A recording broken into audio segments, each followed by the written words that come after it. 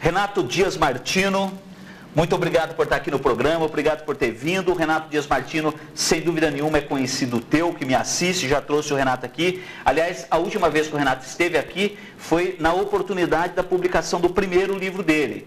E ele está publicando o segundo livro. Aliás, eu já quero que o Jair coloque na tela o livro do Renato. Por favor, Jair.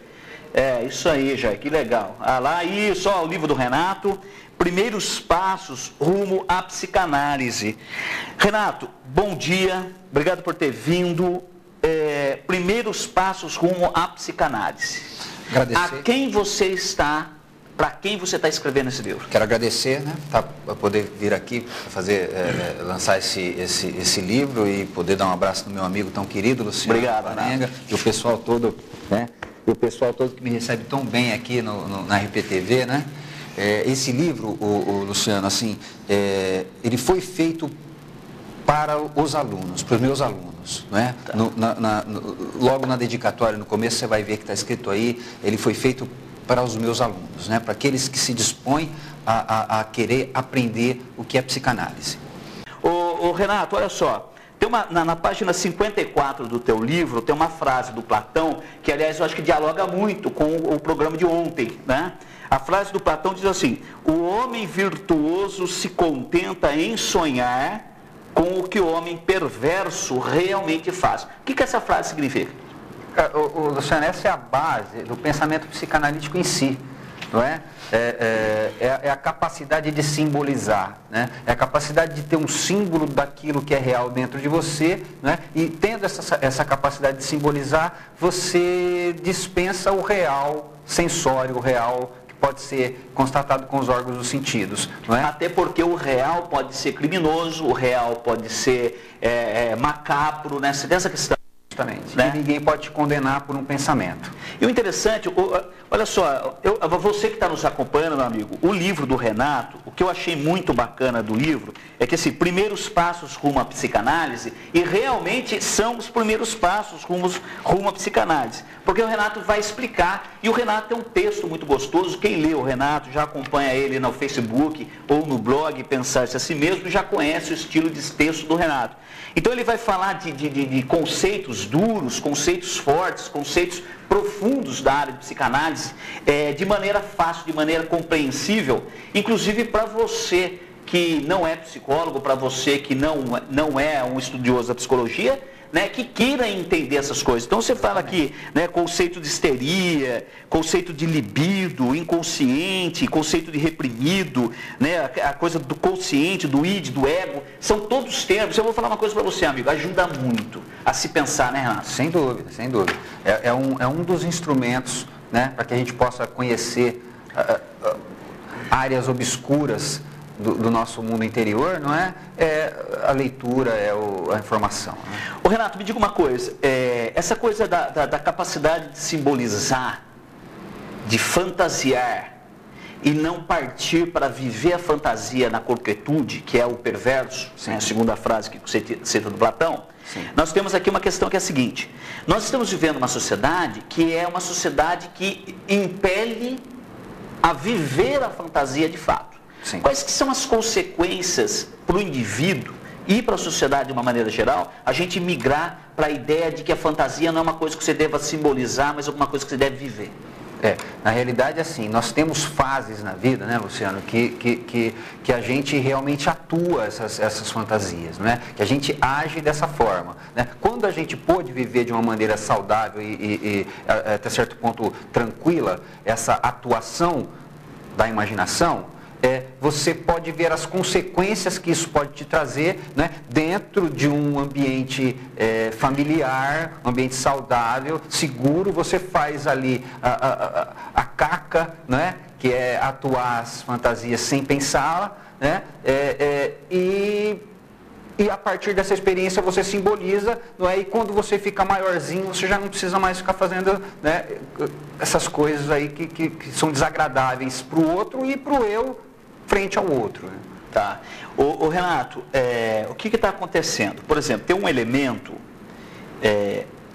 houve nessas últimas 2 décadas, pelo menos, uma obsessão pela temática do sexo. Sim. Mais do que da sexualidade, do sexo. né? E a ideia do sexo como alguma coisa que você precisa experimentar, experienciar nos seus limites, né?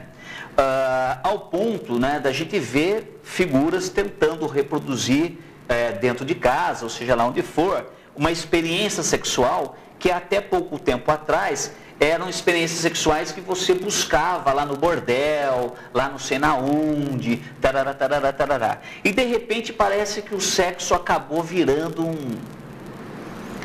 um angu de caroço, que há um mal-estar em relação à questão. Como é que você vê isso?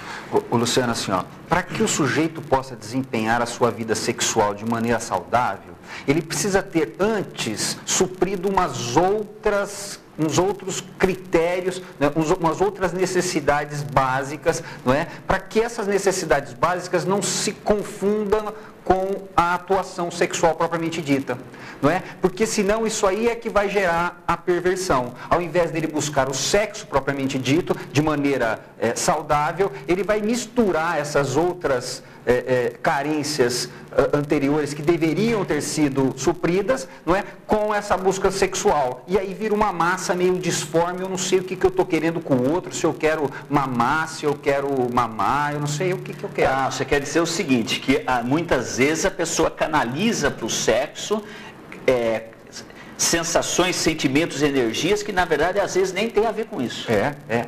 Isso que para a psicanálise é justamente o que caracteriza a perversão. Tá. Buscar num lugar aquilo que não é dali. Que não está ali. O Renato vai estar lançando primeiros passos rumo à psicanálise na Biblioteca Municipal aqui de Rio Preto, a partir das 19 horas. A partir das 7 horas da noite, o Renato está lançando lá na Biblioteca Municipal. É grátis a entrada, o livro tem que pagar, né? Tem custo, tá? Mas é barato e é legal. Aliás, é barato pelo conteúdo, hein, Renato? Porque é grátis também ir lá me dar um abraço, mesmo que não tenha interesse de comprar o livro, mas de fazer esse contato com a gente pessoalmente, né? A gente tem muita gente no Facebook, que a gente conversa online, não é? Seria interessante ganhar um abraço ali nesse dia tão especial, não é? É verdade, eu acho que foi legal o Renato chamar a atenção para isso, que é a questão do carinho. O Renato é uma pessoa que tem um contato muito grande com uma quantidade imensa de pessoas em função do trabalho que ele desenvolve. E se você que está nos acompanhando é fã do Renato, você que quer conhecer o Renato, não conhece, ouviu falar dele, aproveite e vai amanhã no lançamento do livro. Como ele disse, não precisa necessariamente comprar o livro, porque o livro é uma coisa que às vezes a gente não compra agora e compra daqui a pouco. Verdade. Eu tenho muito esse negócio também.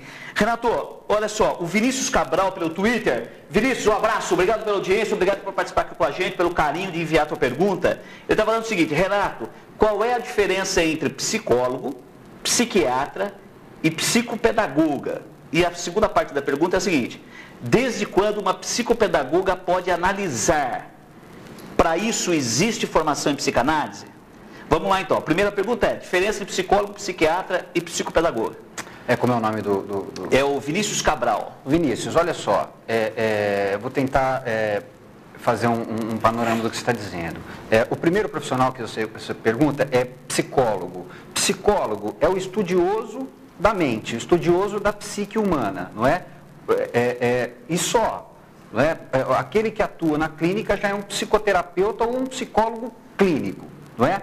O psiquiatra é o ramo da medicina que cuida da mente, não é? E cuida da mente essencialmente com a administração medicamentosa, não é? O psiquiatra trabalha essencialmente dentro de uma administração farmacológica, não é?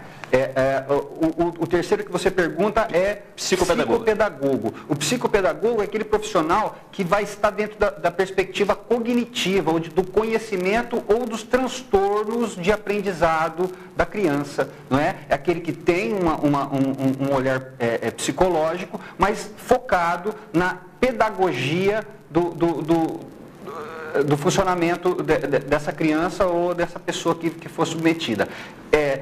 O psicopedagogo pode analisar, mas não é a função dele, não é? Ele vai analisar justamente as questões voltadas ao aprendizado. Mas a pergunta aqui me parece o seguinte, Renato, se eu estiver enganado, assim, a ideia do psicopedagogo ter uma clínica de atendimento e tal. Porque uma certa análise ele faz dentro do ambiente escolar, aquela coisa toda. Mas ele pode ter uma clínica, por exemplo? Olha só, o Luciano, ele pode sim. Agora, eu vou tentar arriscar, né, o que pode estar havendo de desconfortável nessa pergunta como é o nome dele? Vinícius do Cabral. Vinícius. É assim, ó, na realidade, o que a gente percebe muito é assim, a mãe tem uma certa restrição de levar o filho para o psicólogo. Por quê, Renato? Porque, muito provavelmente, uma criança, principalmente novinha, que está com problemas, não é? Esse problema tem muito a ver com o funcionamento mental ou funcionamento psicológico da mãe. Não é? A criança, então, reflete, na verdade, uma questão psíquica da mãe. Claro, da mãe e do pai. Pai. Quando eu falo mãe, aqui eu quero deixar claro que toda vez que eu falo mãe, a palavra mãe, para mim, já vem com a palavra pai junto. Né? Eu não consigo, não existe mãe sem pai. Tá. Não é a palavra mãe. Então, quando eu falo mãe, é porque ela toma a frente do contato com a criança, né? E o pai resguarda isso de uma maneira por trás. Não é? Então, assim, quando a criança leva o filho no psicólogo, não é? Muito provavelmente ele vai diagnosticar que existe, antes de tudo, um problema na vinculação da criança com a mãe. E esse problema transborda para as outras relações. Quando eu levo o filho na psicopedagoga, a probabilidade dela dizer que o problema é na escola é maior. E a mãe fica um pouco mais livre. Não estou aqui criticando qualquer profissional ou qualquer área, mas acho que essa adequação precisa ser muito bem colocada, não é? Mas a realidade é bem essa que a gente vê por aí. Entendi. É interessante essa questão, viu? Porque, na verdade, é que nem se você chamar um engenheiro para resolver um problema de estética na sua casa, você acha que o sofá está feio, o engenheiro vai dizer que, na verdade, você precisa refazer a casa. Se você levar um arquiteto, né, você está dizendo que é isso. Aí, né, que assim, ó, tem uma frase do Bion, um pensador que eu gosto muito, eu cito demais no livro, né, pensador da psicanálise contemporânea, um gênio da psicanálise contemporânea, ele diz assim, que não adianta você ir no médico oncologista e dizer assim, olha, o senhor não me fala que eu estou com câncer, hein?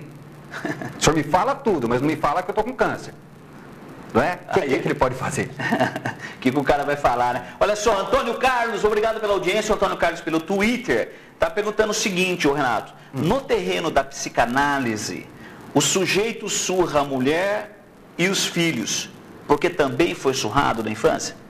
Ou ele foi surrado, não é? Ou ele conviveu com pessoas que faziam isso. Entendi. Não é? Teve essa referência. Isso. Muito legal. Priscila Silva, obrigado pela audiência, obrigado por participar aqui com a gente. A Priscila está te mandando um beijo. Ô Renato, vamos fazer o seguinte, aproveitar esse caso aí que está ganhando as manchetes do jornal, que é essa questão relacionada ao Oscarzinho, e se ele teve no motel ou não, aquela coisa toda, Sim. com as menores. Dentro daquela frase do Platão, que o sujeito virtuoso, ele fantasia aquilo que o perverso vai e realiza, eu queria que você, como profissional, analisasse essa questão do ponto de vista psíquico. É claro que tem a questão jurídica, tem outras questões aí que a polícia está tratando, mas eu queria que você fizesse uma análise desse quadro, tendo em vista a questão psíquica. Olha só, antes de qualquer coisa, Luciana, a gente precisa deixar claro que, assim, não foi provado nada, apesar de evidências, não é? Eu não posso estar aqui me dispondo a analisar alguma coisa que, na realidade, a priori não existe. Tá legal. Não é? Tá. Então, assim, nós precisamos dividir isso, nós vamos analisar os casos de pedofilia, não é? Ou esse caso em particular, não é? Fica meio delicado a gente analisar esse caso em particular, porque eu não posso usar o Oscarzinho como modelo. Uma referência. Então, vamos partir de uma hipótese, de uma cena em que você tem uma pessoa, né, enfim e tal, que tem o hábito, né, de ter relacionamentos sexuais com menores ou com crianças, como é o caso da pedofilia. Sim. Como é que isso se enquadra dentro da psicanálise? Né? Qual que é o perfil psíquico desse cidadão? Ainda no gancho da pergunta do telespectador, tá. Né, assim, todas as vezes que eu sou submetido a algum vínculo perverso, se eu tiver um funcionamento mental saudável, a minha mente vai pedir para que eu me coloque na posição oposta da qual eu estive na experiência. Consegue entender? Então, se eu fui submetido com uma mente que tenta ser saudável, pelo menos, ela vai buscar a posição contrária, a posição oposta, não é? Então, muitas vezes, aquele que submete a criança a isso, não é? No caso, 17 anos aí não é tão criança, né? Não vamos, tem essa ressalva também. De qualquer forma, lei é lei. Ela muito provavelmente foi submetida a alguma coisa parecida. Então, o pedófilo, sem sombra de dúvida, teve uma vivência muito parecida com aquilo que ele submete o outro nesse momento. Entendi. Não é? E assim, aí fica um texto que eu tenho no blog, depois quem quiser visitar o blog e procurar pedofilia vai poder ler com um pouco mais de atenção isso daí. E eu digo assim, todo mundo busca, a busca hoje na pedofilia é de pegar o lobo. Não é? Todo mundo quer pegar o lobo, só que os cordeirinhos ficam lá, desprotegidos. Todo mundo correndo atrás para pegar o lobo e os cordeirinhos soltos. Não adianta nada. Os cordeirinhos vão se tornar lobo daqui a pouquinho. Até porque um vai lançar-se em cima do outro, né? Luciano, com essa sociedade egoísta, todo mundo vai precisar futuramente de um psicólogo para poder desabafar e poder solucionar os seus problemas. É isso mesmo, Renato? Olha só, Vitória, seria interessante isso, né? Mas assim, a psicologia e a psicanálise, sobretudo, só está a serviço daquele que se dispõe à psicanálise. Não é porque o cara tem transtornos ali, né, no desenvolvimento emocional dele, que ele pode fazer uso do psicólogo ou da psicanálise. Ele precisa primeiro estar disposto a isso. E aí é que entra o problema, né? O egoísta não está disposto a isso. O egoísta já tem dentro dele certa arrogância que defende ele das verdades da vida. Ô Renato, me diga uma coisa. A pessoa que ter o teu livro, comprar o teu livro, vai encontrar o quê? Esse livro, o Luciano... Coloca na tela, por favor, enquanto o Renato fala. Primeiros Passos rumo à Psicanálise é essencialmente uma tentativa de colocar a teoria de uma maneira acessível. Né? A teoria psicanalítica, que na realidade guarda ainda um grande estigma de elitizado, não é? Até certo ponto isso é real, mas existe muita fantasia em cima disso, né? Dessa elitização da psicanálise, sobretudo perante as outras teorias psicológicas, né? Mas parece que tem uma elite muito grande, né? E a gente acaba, como aspirante, a gente fica bem preso a isso também. Se você não fizer o instituto, se você não fizer não sei o quê, você não pode ser psicanalista, você não pode falar em psicanálise, não é? Então, esse livro é uma quebra de paradigmas dentro dessa perspectiva. Eu estou levando a psicanálise para aquele que desconhece, mas gostaria de saber o que é isso. Muito legal. E olha só, eu vou falar uma coisa para você. Você que não conhece, o Renato escreve bem, escreve simples, mas profundamente. Então, acho que vale muito a pena. Agora, olha só, Luciano, assim, para o leigo esse livro? Se para o leigo ele é um instrumento interessante, para o aspirante a psicólogo, o aspirante a psicanalista, né, aquele que deseja se tornar um pensador da psicanálise, é melhor ainda, porque ele tem uma visão mais ampla disso, né? E isso não exclui o psicanalista, né, veterano, que já está ali dentro da prática clínica, nessas releituras da psicanálise que a gente precisa fazer constantemente, não é? Ver como é que a psicanálise se encontra hoje, né, no ser humano. Muito legal. Olha só, Lucas Lopes. Lucas, muito obrigado pela audiência, obrigado por participar com a gente. O Lucas Lopes, pelo Twitter, está perguntando o seguinte: Renato, Cachoeiras, Demóstenes e todos esses políticos que usam a corrupção para se beneficiar, essas pessoas têm problemas psicológicos ou são pessoas ruins mesmo? Obrigado, Lucas. Obrigado pela pergunta. Assim, tem problemas psicológicos, e isso não exclui a outra alternativa. Tem problemas psicológicos e são ruins, não é? Agora, quanto mais a gente estiver na mão desse povo, mais a gente vai ficar sofrendo com as coisas que eles fazem, né? Quanto mais a gente estiver esperando do outro que faça aquilo que a gente na realidade tinha que estar fazendo, mais a gente vai sofrer essas coisas. Tem uma frase da Madre Teresa de Calcutá que eu adoro, que é assim: perguntaram para ela o que eu faço para mudar o mundo, não é? Ela falou: meu filho, vai para casa e ama a tua família. né? Quando a gente começar a cuidar do portão para dentro, a gente não vai sofrer com essas cachoeiras, essas besteiras todas que acontecem. Não adianta nada eu ir lá fazer protesto com plaquinha na mão, sendo que do portão para dentro está um regaço na minha casa. É que nem revolucionário que bate na mulher e espanca os filhos, né? O cara quer fazer um mundo melhor, mas dentro da casa dele está um inferno. O João, obrigado pela audiência. O João, pelo pai de família, né? Um pai aqui, ele está perguntando o seguinte: achei muito bacana a tua pergunta, João. Muito sincera, muito aberta, muito franca. Renato, preciso levar a minha filha em um psicólogo porque ela dá boa noite pro pôster do Jordan, que é um cantor teen, e não dá boa noite para mim. Não, assim, ó, dependendo da idade, o Luciano, isso é perfeitamente normal, né? Normal é uma palavra meio esquisita, né? Mas de qualquer forma, isso é perfeitamente saudável, vamos dizer assim, não é? Comum. Comum, não é? Dentro da adolescência, a gente eleger um substituto da relação com os pais, né? Porque na realidade eu não vou ter os pais para sempre, né? E aquele substituto simbolizado, né? Que está ali, talvez seja um elemento transicional nessa passagem, né? Que desloca do amor dos pais para o amor do mundo, não é? Então, dentro dessa perspectiva, em certa fase do desenvolvimento, isso é completamente tranquilo. Olha só, o Marcos Paulo Barbosa está me dando informação aqui, ela tem 14 anos. Normal?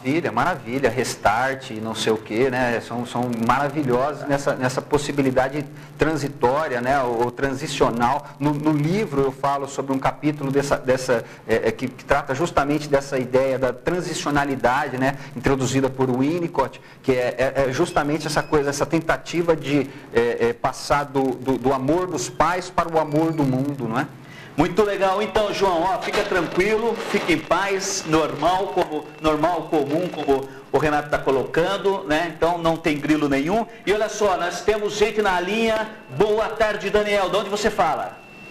Boa tarde, Luciano, eu estou aqui na minha casa assistindo, estou adorando esse programa, bastante informação bacana. E eu mandar um abraço para você, Luciana, pela pessoa, um abraço para o Renato aí, Deus abençoe cada um de vocês. Dessas informações que vocês estão passando para nós. E eu adoro esse tipo de assunto, né? Porque eu estou me preparando, se Deus quiser ainda, né? Para psicologia, né? Para esse trabalho também, né? Dentro da minha área. E olha, está sendo de bastante conteúdo para mim. Muito bacana, Daniel. Obrigado por participar aqui com a gente. Obrigado por ter tido o carinho de nos ligar aqui, fazer essa conversa. Ô Daniel, você está falando de qual bairro? Já cortou, não tem problema. Obrigado, Daniel, pelo carinho, obrigado pela audiência. Isso aí, ô Renato, que torna o programa legal, esse carinho, esse retorno que você está vendo. Ô Jair, nós estamos com quanto tempo? 1 minuto. 1 minuto você sabe como é que é, né, Renato? Está na tua mão. Bom, eu convido todo mundo para ir amanhã, quarta-feira, dia 25, às 19 horas, na biblioteca, onde eu vou estar lançando o livro. Não precisa comprar o livro, agora receber um abraço vai ser bem interessante. Olha só, pessoal, legal, é isso aí. Amanhã, às 19 horas, na Biblioteca Municipal de São José do Rio Preto, tá ali próximo ao Parque da Represa. Vai lá, meu amigo, vai lá dar um abraço no Renato, vai lá dizer para ele que você gosta dele, que você é fã das coisas que ele escreve, vai lá para comprar o livro caso você queira comprá-lo, vai lá para reencontrar pessoas, porque é legal dessas vernissagens. R$25, não falou. O livro vai custar R$25, tá? R$25. O legal também dessas vernissagens, esses encontros, você encontra pessoas, né? Encontra pessoas que você não vê, que você não revê. Olha só a capa do livro, aliás, ficou muito bonita a capa. Aliás, é lá do teu consultório, né, Renato? É o meu criadinho ali que fica do lado da minha poltrona, no meu consultório. Renato. Obrigado, Luciano. Um abraço, cara. Obrigado, tenho o maior carinho por ti.